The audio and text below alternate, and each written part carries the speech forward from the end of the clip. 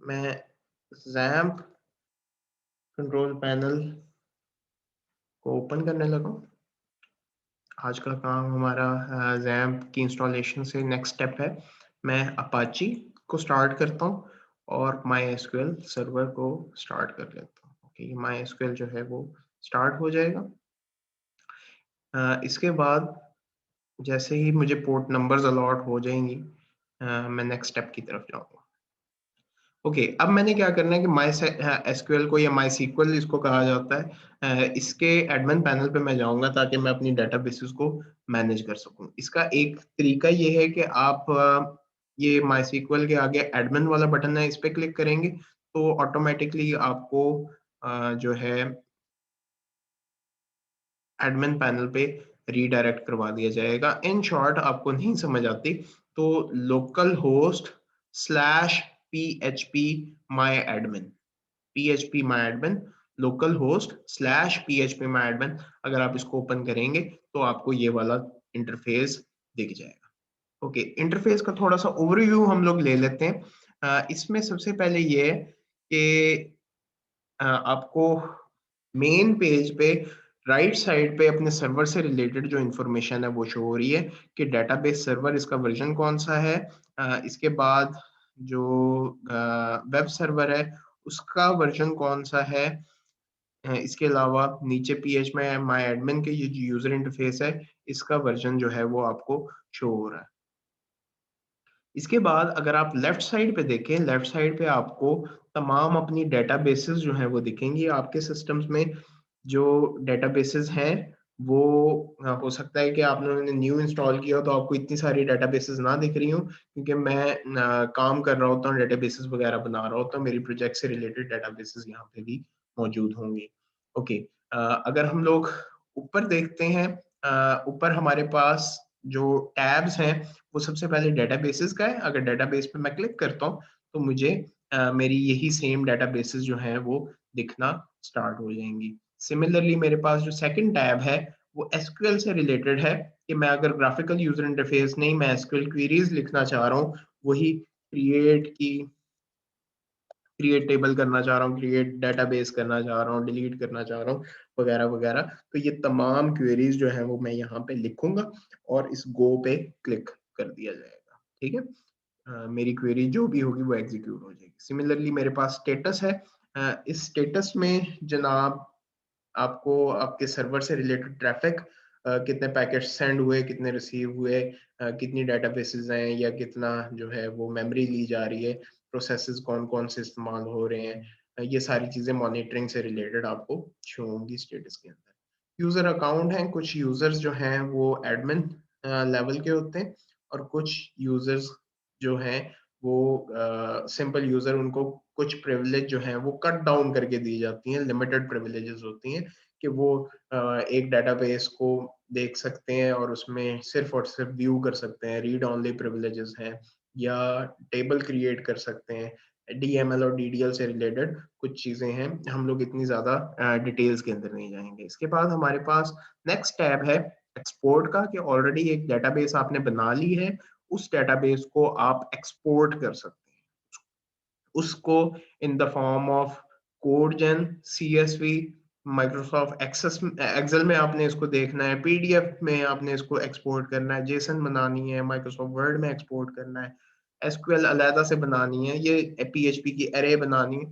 तो ये अलग अलग आपको यहाँ पे फॉर्मेटिंग प्रोवाइड की जाती है ताकि आप अपने डेटाबेस को किसी और फॉर्मेट में कन्वर्ट कर सकें, ताकि उस सॉफ्टवेयर में या उस सर्वर पे या उस प्रोग्रामिंग लैंग्वेज में इस्तेमाल कर सकें।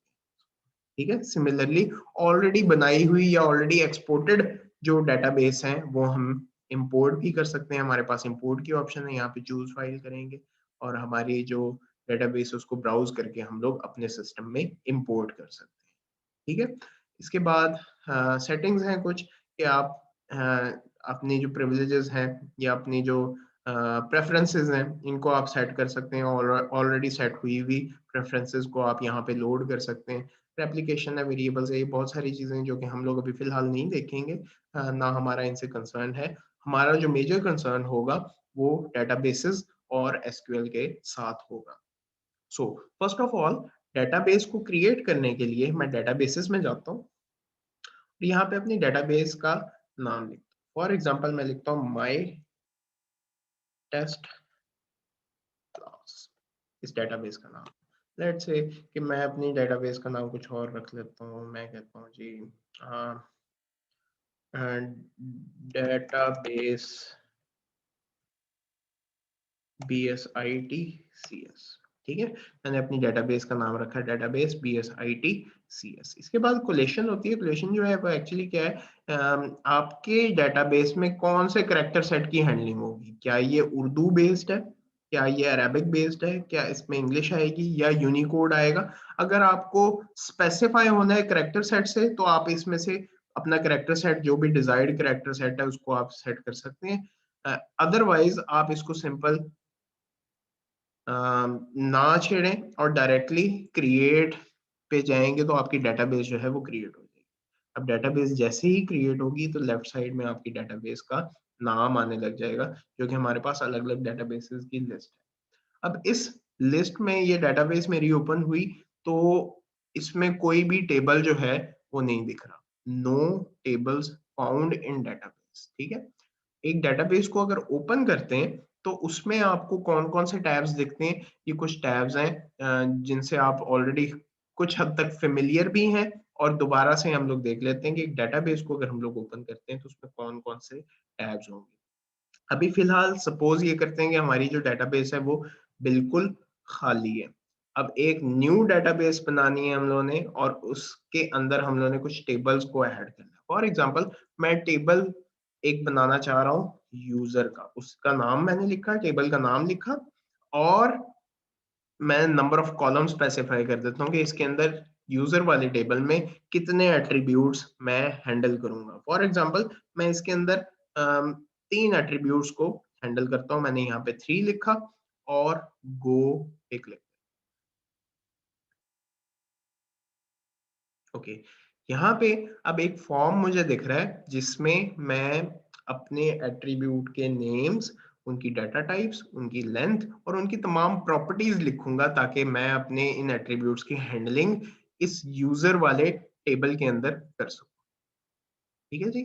अब सबसे पहले मैं यूजर का सपोज ईमेल एड्रेस ले लेता हूँ, ठीक है। और इसकी जो डाटा टाइप है मैं डाटा टाइप varchar रख लेता हूँ। इसकी लेंथ जो है वो मैं 255 रख लेता हूँ।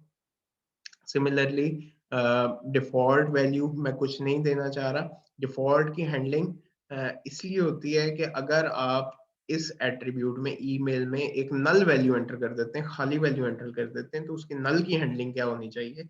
क्या आप करंट टाइम स्टैम्प रखना चाह रहे हैं, क्या आप डिफाइंड वैल्यू रखना चाह रहे हैं। ठीक है, हम लोग कहते हैं जी एक डिफॉल्ट वैल्यू है रिलीजन की, समझ लेते हैं, ठीक है। एक रिलीजन के अगेंस्ट अगर कोई वैल्यू इनपुट हो जाएगी तो उसको इनपुट करवा दिया जाएगा डेटाबेस में। अगर नल वैल्यू यूजर एंटर कर देता है, खाली छोड़ देता है रिलीजन को, तो ऑटोमेटिकली वहां पे जो वैल्यू है एज डिफाइंड इस्लाम आ जाए। तो क्या होगा कि ये जो रिलीजन का हमारे पास एट्रीब्यूट है, इसमें अगर नल वैल्यू एंटर की जाएगी तो ऑटोमेटिकली इसमें डिफाइंड वैल्यू सेट हो जाएगी जो कि इस्लाम होगी। ठीक है, एज डिफाइंड इसको भी फिलहाल छोड़ देते हैं, हम लोग नहीं करना चाह रहे रिलेशन, ऑलरेडी आप इससे फेमिलियर हैं। Next thing is attributes. इसके एट्रीब्यूट क्या है, क्या ये बाइनरी वैल्यूज हैं, क्या ये अनसाइंड वैल्यूज हैं, क्या ये अनसाइंड जीरो फेज है, या on update current time stamp आप लगाना चाह रहे हैं। जब आपकी डेटाबेस या इस रो में कोई अपडेशन हो तो टाइम स्टैम्प उस टाइम की लग जाएगा, ये अपडेशन कितने बज के कितने मिनट कितने सेकंड और किस डेट को। हम लोग फिलहाल इसको छोड़ देते हैं। आप इसमें नल वैल्यू एम्प्टी वैल्यू डालना चाह रहे हैं या नहीं डालना चाह रहे हैं, अलाउ करना चाह रहे हैं नहीं करना चाह रहे हैं। हम लोग ये सपोज करें कि हम लोग अपनी ईमेल को एज अ प्राइमरी की डील करेंगे, और प्राइमरी का ये रूल है कि प्राइमरी की नल नहीं होती, एम्प्टी नहीं होती, और दूसरा ये कि उसके अंदर कोई रेपिटेशन नहीं। ठीक है, तो मैं नल को चेक नहीं करूंगा। Next, index.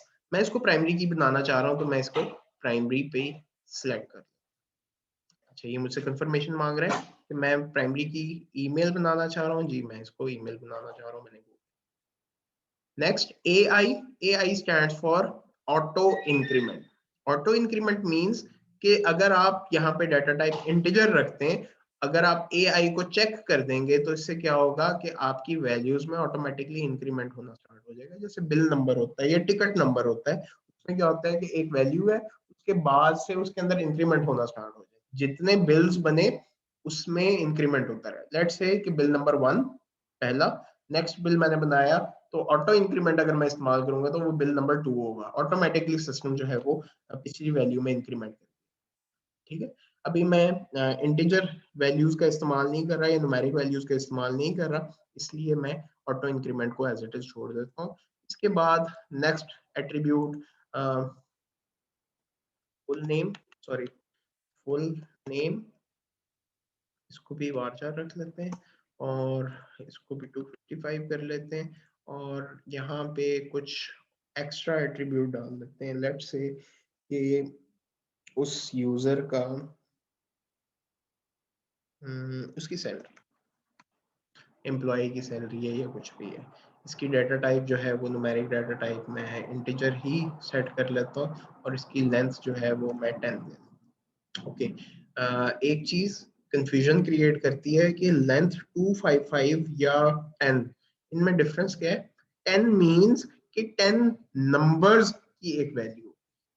ठीक है, फॉर एग्जांपल मैं आपको यहाँ पे अगर 1 लिख देता हूँ, इंटीजर 1, इट मींस कि सिर्फ और सिर्फ एक नंबर या एक डिजिट अलाउड होगा। 2 लिखूंगा तो 2 डिजिट्स अलाउड होंगे, 0 से लेके 99 तक। 3 लिखूंगा तो 3 डिजिट्स अलाउड होंगे, 0 से लेके 999 तक। ऐसे ही 4 5 6 एंड सो ऑन। तो मैं यहाँ पे 10 दे रहा हूँ ताकि मेरे एक जो सैलरी है इसमें तमाम अमाउंट्स को हैंडल किया जा सके। ठीक है, मैंने अपनी टेबल का स्ट्रक्चर बना लिया। इसके बाद अगर आप और एडिशन करना चाह रहे हैं, आप यहाँ से एक और कॉलम ऐड भी कर सकते हैं, 1 2 3 4 जितने भी कॉलम्स आप ऐड करना चाह रहे हैं वो भी कर सकते हैं अगर आप भूल गए। अदरवाइज ये टेबल का स्ट्रक्चर हम लोगों ने बना दिया है और इसको हम लोग सेव कर लेते हैं। सेव करने से पहले एसक्यूएल को याद रखने के लिए, अब आप लोगों को आइडिया है कि हम लोगों ने अपनी क्लास में एक प्रैक्टिस की थी एसक्यूएल से रिलेटेड, कि हम लोगों ने टेबल को क्रिएट किया था, और टेबल को क्रिएट ऐसे किया था कि क्वेरी हम लोगों ने देखी थी कि क्रिएट टेबल, और ब्रैकेट में सारा जो उसके रूल्स वगैरह हम लोगों ने देखे थे, उसको एक दफा प्रीव्यू कर लेते हैं कि एसक्यूएल इसकी जनरेट कैसे होगी। कोई मुझे बता सकता है इस टेबल के स्ट्रक्चर की एसक्यूएल क्या बनेगी? क्वेरी क्या होगी? यूजर का टेबल बनाना है, उसके 3 एट्रीब्यूट्स हैं।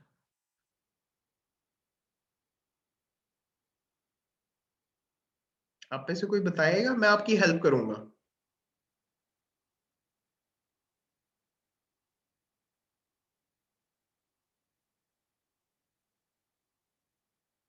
फाइन, आप में से सर लिखेंगे ऊपर क्रिएट टेबल्स और फिर डेटाबेस BSIT, जो हमने टेबल का नेम लिखा है यूजर, और फिर ब्रैकेट में जो हमने कॉलम्स के नेम लिखे हैं, ईमेल, फुल नेम और सैलरी। बिल्कुल, हम लोग हमारी जो क्वेरी बनेगी वो बनेगी create table user.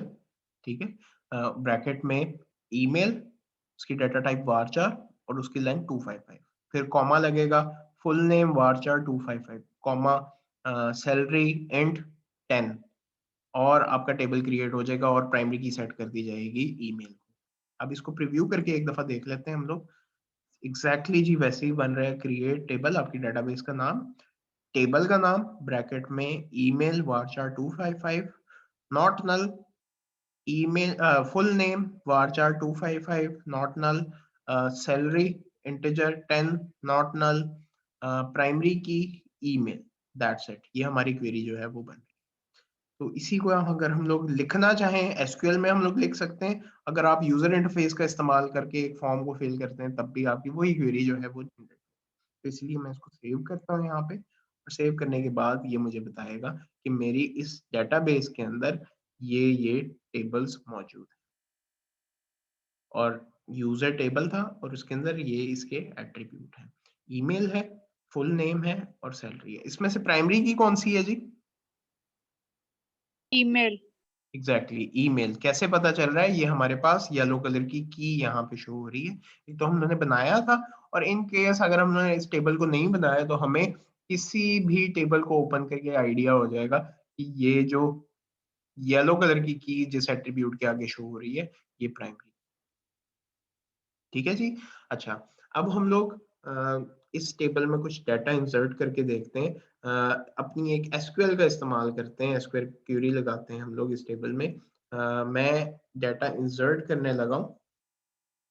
Insert into, हमारे टेबल का नाम है यूजर, इसके एट्रीब्यूट हैं email, full name and salary. ठीक है। अब देखिए राइट साइड पे कॉलम्स का डाटा भी आपको दिखता है, तो इन केस आप भूल भी जाएं कॉलम्स को तो यहाँ पे डबल क्लिक करके इन वैल्यूज को ऐड किया जा सकता है। ठीक है। मुझे अभी अभी मैंने इस टेबल के स्ट्रक्चर को बनाया तो इसलिए मुझे आइडिया है। इसके बाद स्पेस वैल्यूज, ब्रैकेट में कॉमा सेपरेटेड वैल्यूज देंगे। ईमेल मैं लिखता हूँ जी ali@gmail.com। इसके बाद फुल नेम मोहम्मद अली, और इसकी सैलरी है जनाब 20,000। एंड पे अपनी कमांड को टर्मिनेट करने के लिए मैं टर्मिनेटर लगा देता हूँ, तो ये हमारी कंप्लीट क्वेरी जो है वो बन गई है।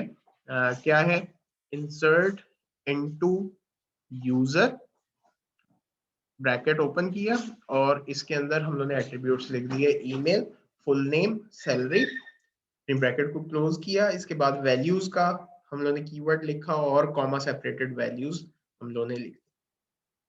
इसके बाद क्या करना है, हम लोगों ने इस क्वेरी को रन किया। वो जैसे ही क्लिक करते हैं तो हमारे पास एक मैसेज आता है 1 रो इंसर्टेड। ये वाली क्वेरी एग्जीक्यूट हो गई है और कितनी रोज इंसर्ट हो गई है हमारे पास, 1 रो इंसर्ट हो गई।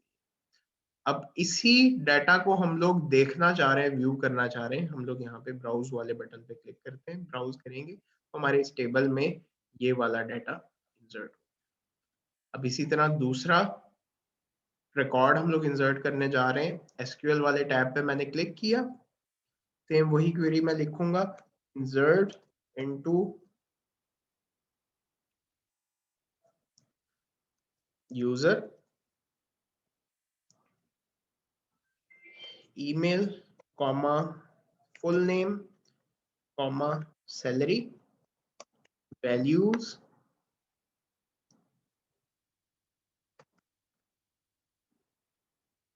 khalid@gmail.com। ईमेल आ गया हमारे पास, फुल नेम है जी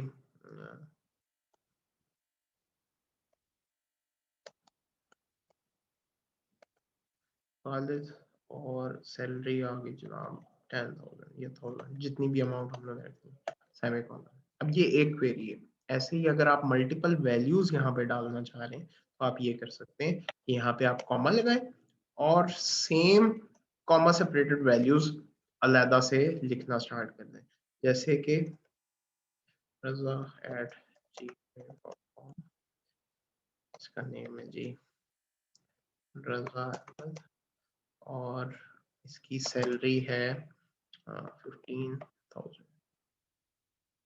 आप और भी वैल्यूज डाल सकते हैं। अभी इसको मैं सेमीकोलन लगा रहा हूँ, मेरी जो क्वेरी बनी है वो ऐसे बनी है कि insert into email, insert into user, email, full name, salary, इसकी वैल्यूज, वैल्यूज का हम लोगों ने रिजर्व वर्ड लिखा है यहाँ पे, और comma separated values khalid@gmail.com, full name आ जाएगा खालिद महमूद, कॉमा इसकी सैलरी हमने लिख दी। सिमिलरली एक और कॉमा लगाया और न्यू ब्रैकेट में न्यू वैल्यूज हम लोग दे रहे हैं रजा@gmail.com, रजा अहमद इसका फुल नेम है और इसकी सैलरी 15,000। इसमें क्या हुआ है, अब इस एक क्वेरी में हम लोग दो वैल्यूज या दो रोज को इंसर्ट कर रहे हैं। मैं गो पे क्लिक करता हूं, अब यहाँ पे क्या लिखा आ रहा है, दो रोज इंसर्टेड। ब्राउज करता हूं तो मेरे पास पुराना डाटा भी है डेटाबेस का, अली वाला डाटा, और ऐसे ही खालिद और रजा का डाटा भी। ठीक है, यहाँ तक क्लियर है? कोई क्वेश्चन है तो पूछ सकते हैं।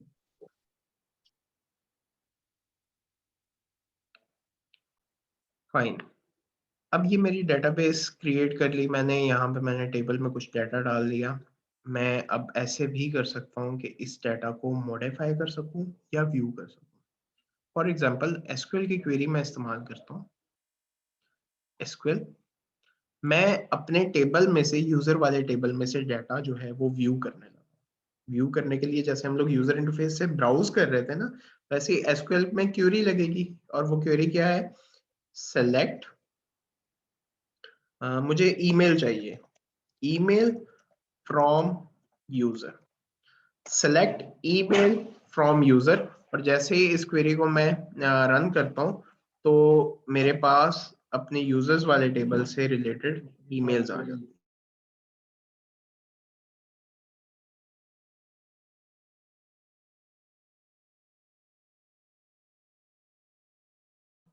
अच्छा जी, इसके बाद लेट्स से कि मैं ईमेल के साथ फुल नेम भी शो करवाना चाह रहा हूँ, तो मुझे जो क्वेरी लिखनी पड़ेगी वो दोबारा से मैं एसक्यूएल में भी जा सकता हूँ या एडिट इन लाइन में कर रहा हूँ कि यहीं पे ही एडिटिंग हो जाए। ईमेल कॉमा फुल नेम, और मैं जैसे ही गो वाले बटन पे क्लिक करता हूँ तो यहाँ पे मुझे ईमेल और फुल नेम दोनों का डाटा शो हो जाएगा। मेक श्योर कि आपने जो स्पेलिंग्स कॉलम की रखी हुई है, जो एट्रीब्यूट्स आपने डिफाइन किए हुए हैं, एग्जैक्टली वही स्पेलिंग्स होनी चाहिए आपकी क्वेरी के अंदर। जान के एक एरर डाल के देखते हैं और चेक करते हैं कि हमें क्या प्रॉब्लम फेस करनी है। कॉमा, सैलरी के लिए मैं सिंपल SAL लिख रहा हूँ, सैलरी नहीं लिख रहा। जैसे ही मैं गो पे क्लिक करूंगा तो यहाँ पे मुझे एक एरर आ जाएगा। वो क्या है? Unknown column SAL in field list. It means कि ये वाला कॉलम एग्जिस्ट नहीं करता और आपको जो है वो अपना टेबल उसके मुताबिक अपनी क्वेरी को एग्जीक्यूट करना होगा, रन करना होगा। तो मैं यहाँ पे सेल के बजाय सैलरी लिखता हूँ, नीचे सजेशन भी आ जाती है, ठीक है। और गो जैसे ही मैं करूंगा तो मेरे पास ईमेल, फुल नेम और सैलरी। अब एक इशू है कि हमें अभी पता है कि इस टेबल के 3 एट्रीब्यूट हैं, छोटे से एट्रीब्यूट हैं, और हमें इनकी स्पेलिंग्स का भी पता है और तमाम वैल्यूज को हम लोग देख भी सकते हैं। लेकिन हो सकता है कि आपके टेबल या आपकी कुछ एंटिटीज ऐसी हों जिनके एट्रीब्यूट्स बहुत ज्यादा हों और आपके माइंड से भी स्किप हो जाए। तो आप ऐसे कर सकते हैं, बजाय इसके कि इन एट्रीब्यूट को बार बार कॉमा सेपरेटेड आप लिखें, आप सिलेक्ट, यहाँ पे ये एस्ट्रिक लगाएंगे, स्टार लगाएंगे, ये रिप्रेजेंट करता है ऑल को, ठीक है। सिलेक्ट ऑल फ्रॉम यूजर, और मैं जैसे ही गो वाले बटन पे क्लिक करता हूँ तो मुझे एग्जैक्टली वही वाला डाटा रिजल्ट में शो होना स्टार्ट हो, ठीक है। मैंने ऑल कॉलम्स को लिया। सपोज मैं सिर्फ सैलरी का डाटा रखना चाह रहा हूँ, इसको व्यू करना चाह रहा हूँ, तो सिलेक्ट सैलरी फ्रॉम यूजर, और मैं गो वाले बटन पे जैसे ही क्लिक करूंगा तो मुझे सिर्फ और सिर्फ यूजर्स की सैलरीज ही दिखेगी। ठीक है जी, यहाँ पे एसक्यूएल से रिलेटेड कोई इशू है? एसक्यूएल को कैसे एग्जीक्यूट किया जाता है, आइडिया हो गया? Yes sir. चलिए ठीक है, अब आपका जो काम है वो ये है कि आपने अपने जो जैम्प आपने इंस्टॉल किया है, जिन्होंने नहीं किया वो अपने जैम्प इंस्टॉल कर लें, और जिन्होंने कर लिया है वो प्रैक्टिस ये करेंगे कि एक डेटाबेस क्रिएट करेंगे कॉलेज के नाम से या आईटी हब के नाम से, और उस आईटी हब की डेटाबेस में एक टेबल क्रिएट करेंगे स्टूडेंट का। स्टूडेंट के आप अपनी मर्जी से एट्रीब्यूट्स रख सकते हैं, 2 3 4 5 10 जितने भी एट्रीब्यूट आपने रखे। नेक्स्ट काम ये है कि आपने उस स्टूडेंट के टेबल में 15 एंट्रीज जो हैं वो करनी है, यानी कि 15 रोज। जैसे मैंने यहाँ पे 3 रोज इंसर्ट करवाई हैं टेबल में, ऐसे ही आपने स्टूडेंट वाले टेबल में 15 रोज को इंसर्ट करवाना। ठीक है जी, कर लेंगे। Yes sir. Hardly yes sir. 15 to 20 minutes का काम है ये। आपके पास मूडल पे भी सपोर्ट अवेलेबल है। मैं ये वाला जो ये वीडियो है अभी मैं इसको अपलोड कर देता हूँ, और आप अपना काम जो है वो करके मुझे बताएं। इन केस कोई प्रॉब्लम वगैरह आती है तो आप मुझसे डिस्कस कर सकते हैं, ठीक है जी। Yes sir. Yes sir. चलें ठीक है, सेशन क्लोज करते हैं हम लोग।